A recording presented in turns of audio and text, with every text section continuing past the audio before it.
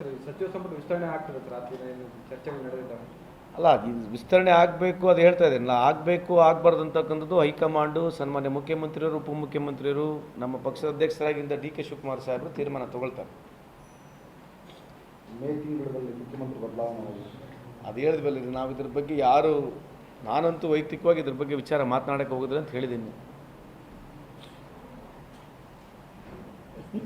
ಶಾಸಕರನ್ನ ಡಿ.ಕೆ. ಹರಿಪ್ರಸಾದ್ ಅವರು ಅಮಾನತು ಮಾಡಿದ್ದಾರೆ. ಡಿ.ಕೆ. ಹರಿಪ್ರಸಾದ್ ಅವರು ರೈತನ ಶಾಸಕರನ್ನ ಅಮಾನತು ಎಲ್ಲಿ? ಹರಿಯಾಣ ಒರಿಸ್ಸಾ?